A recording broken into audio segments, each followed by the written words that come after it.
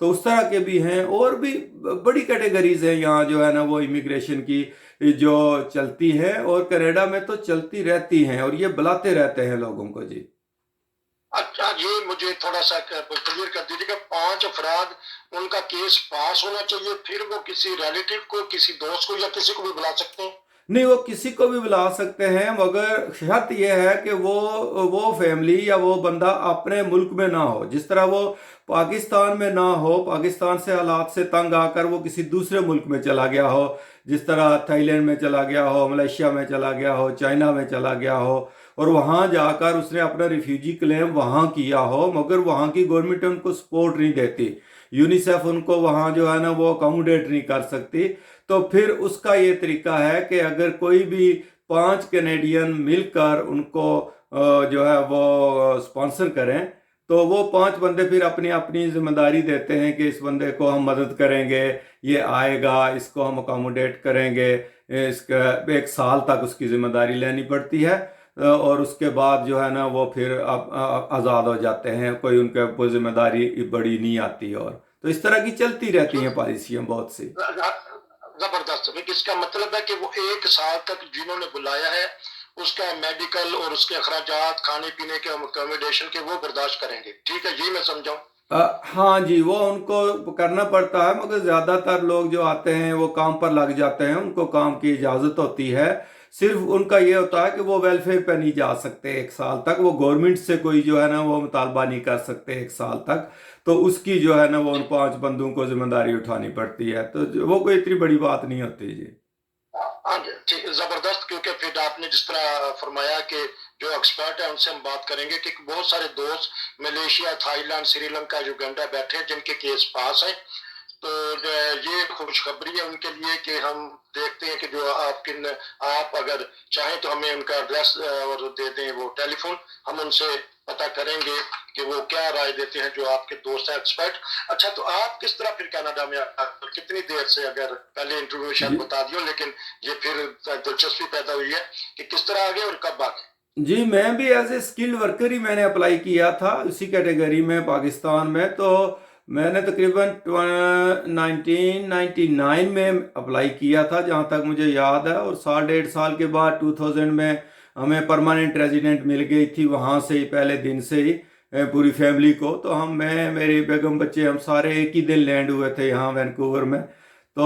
وہاں اسی طرح ہی اپلائی کیا تھا میں نے پاکستان کی ایمبیسی میں، تو وہ جو ان کا جو پروسیجر ہے کسی ایجنٹ کے تھرو نہیں کیا تھا، میں نے ڈائریکٹ اپلائی کیا تھا، اور کوئی ایجنٹ کی ضرورت نہیں ہوتی، آپ ڈائریکٹ جا کر اپلائی کر سکتے ہیں، اور اس کے بعد جو ہے نا آج کل صرف پرابلم یہ ہو گیا ہے کہ حالات کی وجہ سے ایمبیسیاں بند ہو گئی ہیں، ایمبیسی وہاں سے پاکستان سے موو ہو گئی تھی، پچھلی دفعہ دبئی چلے گئے تھے وہ لوگ، کبھی ان کے کیس انگلینڈ سے پروسیس ہوتے تھے، تو وہ تھوڑا سسٹم ڈسٹرب ہو گیا تھا، مگر یہ سسٹم موجود ہے، جہاں جہاں بھی پاکستان کینیڈا کی ایمبیسیز موجود ہیں وہاں آپ اپلائی کر سکتے ہیں، آج کل تو ویب سائٹ پہ آپ جا کر سیدھا اپلائی کر سکتے ہیں، اپلیکیشن ڈال دیں، ویسے امیگریشن ایکسپرٹ بھی ہوتے ہیں، وہ تو ان کی تھوڑی بہت فیس ہوتی ہے، ان کے تھرو بھی آپ کر سکتے ہیں، تو بہت سے راستے کھلے ہیں، اگر آپ آنا چاہیں تو آپ آ سکتے ہیں جی۔ خاص کر آپ دیکھیں، اچھا، آپ ایک کوک ہے، کوک کی یہاں اتنی ڈیمانڈ ہے کہ آپ سوچ نہیں سکتے، ٹرک ڈرائیوروں کی اتنی ڈیمانڈ ہے کہ آپ سوچ نہیں سکتے، نرسوں کی اتنی ڈیمانڈ ہے یہاں، اور اسی طرح جو سینئر ہومز ہیں ان میں جو کیئر گیور لوگز ہیں، یہ چیزیں ہمارے پاکستان میں اچھی نہیں سمجھی جاتی، میں کہتا ہوں کہ یہاں ٹرک ڈرائیوروں کی اتنی ڈیمانڈ ہے کہ آپ اپلائی کریں تو آپ کو ویزے، لیکن آپ کو وہاں ٹریننگ کر کے بارہ لائسنس لے کر آپ کو اپلائی کرنا پڑتا ہے، اگر آپ نرس ہیں تو نرسنگ کا کورس کریں وہاں پاکستان میں اور اپلائی کریں، یا یہاں کے کسی نرسنگ اسکول میں داخلہ لے لیں اور اس کے طریقہ سے آئیں، اسی طرح یہاں آ کر مختلف ٹریڈ میں جائیں، ٹریڈ والوں کا تو یہاں بول بالا ہے۔ تو جس طرح بھی آپ نے شروع میں کہا تھا کہ عارضی طور پہ بھی بعض فارمر بلا لیتے ہیں اپنے ورکر کو، تو وہ پھر گورنمنٹ آف کینیڈا ویزے ایشو کرتی ہے، یا وہ خود اس کی اتھارٹی ہوتی ہے مالک کی کہ وہ ویزا ایشو کروا سکتا ہے کہ اگر نہیں عارضی طور پہ سال کا یا 6 مہینے کا وہ ورکر کو بلاتے ہیں تو؟ نہیں، کرتی تو گورنمنٹ آف کینیڈا ہی ہے، لیکن اس جو امپلائر ہوتا ہے، جو فارم کا مالک ہوتا ہے، اس کو گورنمنٹ کو دیا ہوا ہوتا ہے اس نے کہ مجھے اتنے ورکر چاہیے اور میں ان کی ذمہ داری لوں گا، ان کے اکاموڈیشن کا بندوبست کرنا پڑتا ہے، ان کو ساری فیسلٹیز مہیا کرنی پڑتی ہیں، تو گورنمنٹ کی جو ذمہ داری ہے وہ گورنمنٹ کرتی ہے, جو امپلائر جو بلا رہا ہے اس کی ذمہ داری ہے وہ بھی پوری کرتا ہے. تو دونوں کی لائبلٹی آتی ہے, اور اس کو اس طرح سے ویزا, کئی لوگوں کو تو صرف جس طرح بیریوں کا سیزن ہے تو بیری توڑنے والے ورکر آ جاتے ہیں, سبزیوں کا سیزن ہے سبزیوں والے آ جاتے ہیں, اور جس چیز کا سیزن چل رہا ہوتا ہے تو وہ فارمروں کو ضرورت ہوتی ہے, تو وہ زیادہ تر یہ میکسیکو سے اور یہ جو ساؤتھ امریکن کنٹریز ہیں ان سے یہ منگواتے ہیں ورکرز کو, اور وہ پھر کئی پکے بھی ہو جاتے ہیں, کئی واپس چلے جاتے ہیں, پھر ان کا راستہ کھل جاتا ہے آنے جانے کا. جی لیکن آتے لیگل طریقے سے ہیں سارے. ٹھیک. ہاں, میں نے اس لیے سوال کیا کہ یہاں یورپی یونین میں تو ایک دوسرے ملک آ سکتے ہیں اور کام بھی اجازت کے ساتھ کر سکتے ہیں, جس طرح یہاں آج کل انگور کٹیں گے تو پھر ایسٹ یورپ کے جو ہیں کام کرنے والے وہ آ جاتے ہیں بغیر ویزے کے, لیکن ان کو کام کی اجازت لینی پڑتی ہے. آپ کے ملک میں بھی کوئی ایسے ملک ہے مالک ساتھ والے کہ جہاں کینیڈا کا ویزا نہیں لینا پڑتا, صرف کام کی اجازت لینی پڑتی ہے تاکہ وہ بارڈر کراس کر کے کینیڈا آ کے کام کر لی؟ جی نہیں, یہاں بارڈر تو صرف امریکہ کی لگتی ہے اور تو کسی کی لگتی ہی نہیں ہے. بس یا امریکہ ہے یا کینیڈا ہے, تو کینیڈا میں کوئی بھی نہیں آ سکتا جب تک وہ امریکہ سے نہیں گزرے گا. تو اس لیے یہ بات تو نہیں ہے, وہ سمندر کے راستے کوئی آ جائے تو وہ الگ بات ہے, لیکن یہاں بارڈر کسی اور ملک کی لگتی. اور کینیڈا میں آج کل انتخاب ہو رہے ہیں تو آپ نے بھی یقیناً ووٹ ڈالنا ہے یا ڈال دیا ہوگا. آپ طریقہ کار بتائیے گا کہ کیا طریقہ ہے ووٹ ڈالنے کا وہاں؟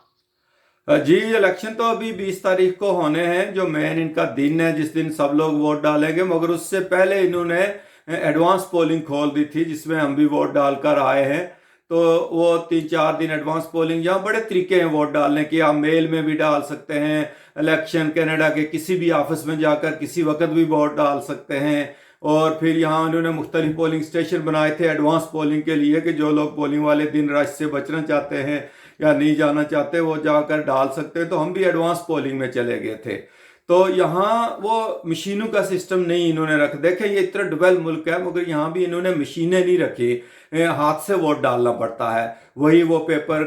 کاٹ کے آپ کو اپنی آئی ڈی دکھانی پڑتی ہے اور وہ پیپر کے اوپر جو ہے نا وہ نشان لگانا پڑتا ہے, اور پھر اس کے بعد جا کے اس باکس میں ڈالنا پڑتا ہے. نشان لگانے کے بعد تو وہ کوئی آپ کے ہاتھ پہ نشان نہیں لگاتے, کچھ نہیں لگاتے. یہ اعتماد کی بات ہوتی ہے اور سسٹم کی بات ہوتی ہے. تو دیکھیں یہاں کینیڈا جیسے ملک میں بھی انہوں نے مشینیں نہیں لگائی ہیں, جیسا کہ آج کل پاکستان میں بہت شور مچا ہوا ہے. حکومت کہہ رہی ہے کہ وہ الیکٹرانک سسٹم لا رہے ہیں الیکشن کے لیے, اپوزیشن کہہ رہی ہے کہ ہم نے نہیں لانے دینا. تو یہ بڑی بحث چل رہی ہے پاکستان میں آج کل جو ہے نا, تو ان کو بھی یہ کینیڈا سے سیکھنا چاہیے کہ انہوں نے بھی ابھی مشینیں نہیں لگائی ہے. تو اس کی کچھ وجوہات ہیں, اگر آپ کہیں گے تو میں تفصیل سے بتا دوں گا. بتائیے گا, کیونکہ الیکشن کمیشن نادرا حکومت ہی آپس میں ان میں چکلش ہو گئی ہے. یہ تو بڑا زبردست آپ نے توجہ دلا دی. بتائیے گا کہ مشینوں کا کیا نقصان ہے اور پاکستان کی حکومت کیوں کرنا چاہتی ہے, یہ بتائیے گا. دیکھیں بات دو چیزیں ہیں. ایک تو بات ہے ٹیکنالوجی کے استعمال کی, کہ استعمال کرنے والے اور کرانے والے لوگ کون ہیں, اور آپ کے ملک میں تعلیم کا لیول کیا ہے, اور آپ کے ووٹروں کی اکثریت کیا ہے, کیا وہ اس سسٹم کو سمجھتے بھی ہیں یا نہیں سمجھتے ہیں. تو اگر تو آپ کے شہروں کی آبادی یا ان مشینوں کو چلانے والے ہی اس کو سمجھتے ہیں, اور ایک گاؤں کا مرد یا عورت جو اتنے دور دراز علاقے میں رہتی ہے, جو بیچارے جن کو پتہ ہی نہیں کہ یہ چیزیں ہیں کیا اور وہاں کہاں اس کا بٹن دبانا ہے, کہاں اس کو کیا کرنا ہے, تو وہ کیا کریں گے. کیسے آپ پہلے اپنی قوم کو ایجوکیٹ تو کریں, اس لیول پر تو لے کر جائیں, پھر جا کر یہ چیزیں سوچیں. دوسری چیز ہے اعتماد کی, کہ اعتماد کہاں ہے. کیا آپ کے اداروں کا اعتماد ہے یا لوگوں کا اعتماد ہے آپ کے اداروں کے اوپر. جب آپ کا لوگوں کا اعتماد ہی آپ پر نہیں ہے تو وہ آپ پر یقین کیسے کریں گے. آپ دیکھیں کہ یہاں اب میرے ہاتھ پہ میں ووٹ ڈال کے آیا ہوں, کیوں انہوں نے نشان نہیں لگایا کہ یہ دوبارہ نہیں آئے گا. اس لیے کہ انہوں نے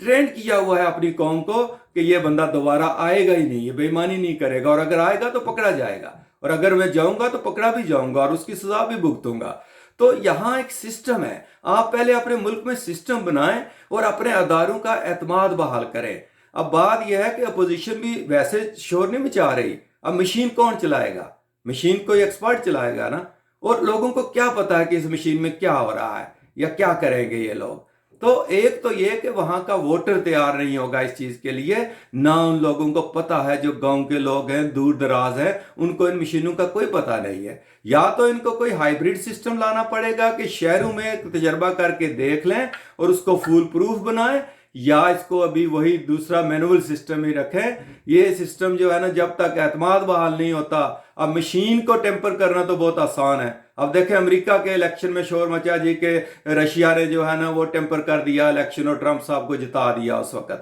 کیوں شور مچا؟ ہوا تو ہے نا کچھ بیک گراؤنڈ میں۔ ابھی چل رہی ہیں تحقیقات کے یو اے ای کے لیے جو لوگ کام کرتے تھے، دیکھیں وہاں کیا ہوا، انہوں نے انٹرفیئر کیا ہے۔ تو بہت سے خدشات ہیں کہ دوسرے ملک جو ہے نا وہ انٹرفیئر کریں گے، اور خاص کر جو ہمارے ہمسائے رہتے ہیں وہاں، انڈیا اتنا ایکسپرٹ ہے جو ہے نا کمپیوٹر ٹیکنالوجی میں کہ آپ سوچ نہیں سکتے ہیں کہ اگر وہ کسی ملک میں جا کر انٹرفیئر کریں، آپ کے سسٹم کو ہیک کرنا چاہیں، تو وہ یہ سب کچھ ہو سکتا ہے۔ اس لیے یہ اتنا آسان نہیں ہے کہ عمران خان صاحب کہہ دیں کہ میں مشینیں لگا دوں گا اور میں کیا کر دوں گا۔ مشینوں کے لیے بھی ان کے چلانے والوں کا اعتماد بحال کریں کہ قوم سمجھے کہ ہمارے لوگ ایماندار ہیں، یہ بے ایمانی نہیں کریں گے۔ مشین سے بے ایمانی کرانا زیادہ آسان ہے دوسرے کام کی نسبت۔ یہ کوئی اتنا سب اعتماد کی بات ہے کہ اعتماد بحال کریں، قوم کو ایجوکیٹ کریں اور پھر اس لیول پر جائیں۔ جی جی اچھا، ٹھیک ہو گیا۔ آپ نے جس طرح کہا کہ پہلے ایجوکیٹڈ کریں، تو لیکن یہ الیکشن چھوڑ کے کہ آپ کا یہی ہے مشورہ کہ اگلے الیکشن کو تیار کرنا چاہیے عوام کو اور حکومت کو کہ وہ مشینی اس پہ کریں؟ جی بالکل، بات وہی ہے کہ اعتماد بحال کریں، لوگوں کو ٹریننگ دیں اس چیز کی، اور اس دفعہ میرا خیال ہے کہ ان کو یہ کرنا چاہیے کہ شہروں میں یہ اپلائی کر کے دیکھیں کہ شہروں میں کیا رزلٹ آتا ہے، کس طرح ان کو جو ہے نا وہ چلاتے ہیں اور کیسے جو ہے نا وہ کام کرتی ہیں۔ پھر گاؤں میں تو مجھے نہیں لگتا کہ وہاں یہ لوگ جو ہے نا وہ جا کر اس میں اتنی کامیابی ہو سکیں گے۔ اب وہاں کی خواتین بیچاری کو کیا پتا ہے، ہو سکتا ہے کہ خاتون آئے اور وہ کہیں جی کہ مجھے تو نہیں پتا، تو وہاں جو بندہ بیٹھا ہوا ہے وہ کہے جی اچھا میں آپ کی جگہ بٹن دبا دیتا ہوں، اور وہ جہاں اس کی مرضی ہوگی وہ بٹن جو ہے نا وہ دبا دیتا ہے۔ تو اعتماد کہاں ہے؟ کہاں جو ہے نا وہ پہلے لوگوں کو تیار کریں، ان کا جو ہے نا لوگوں کی ایجوکیشن لیول اس حد تک کریں، اور پھر اس کے بعد جو ہے نا یہ سسٹم لاگو کریں۔ آپ پہلے جو دوسرا مینول سسٹم ہے اس پہ تو اعتماد بحال کریں۔ وہاں جو ہے نا وہ لوگ کبھی ہوتا ہے جی کہ وہ چھین کر لے گئے جو ہے نا بیلٹ باکس چھین کر لے گئے، اور کیا اس میں بھی موجود ہوتا ہے، بے ایمانی کا عنصر شامل ہوتا ہے، مگر میرا خیال ہے کہ مشینوں میں زیادہ چانس رہے گا وہاں کا جو سسٹم کرپٹ ہو چکا ہوا ہے اس کو مد نظر رکھتے ہوئے میں کہتا ہوں، ورنہ ٹیکنالوجی سے انکار تو نہیں کیا جا سکتا، ٹیکنالوجی کو استعمال تو کرنا چاہیے۔ اب سیل فون آ گیا ہے تو استعمال تو کرنا پڑے گا اور کرنا چاہیے، مشینوں کو بھی کرنا چاہیے، مگر اس کے لیے پہلے اپنے اداروں کا اعتماد بحال کریں اور پھر اپنی قوم کو ایجوکیٹ کریں اور پھر اس لیول کے اوپر جائیں۔ اچھا، انتخاب کا سروے کیا کہتا ہے کہ کون سی پارٹی آئے گی موجودہ جو کر رہی ہے حکومت، یا کیا پوزیشن ہے؟ کانٹے دار مقابلہ ہو رہا ہے؟ نہیں، مقابلہ تو بڑا سخت ہو گیا ہے۔ پہلے میں سوچ رہا تھا کہ شاید ٹروڈو صاحب کوئی بڑی بھاری اکثریت جو ہے نا وہ لے جائیں گے، مگر اب لگتا ہے کہ کچھ تھوڑے حالات پیلے ہو گئے ہیں اور اسی طرح کے رزلٹ آئیں گے جس طرح کے پہلے تھے، کوئی تھوڑا بہت ہی فرق پڑے گا، کیونکہ ابھی جو ہے وہ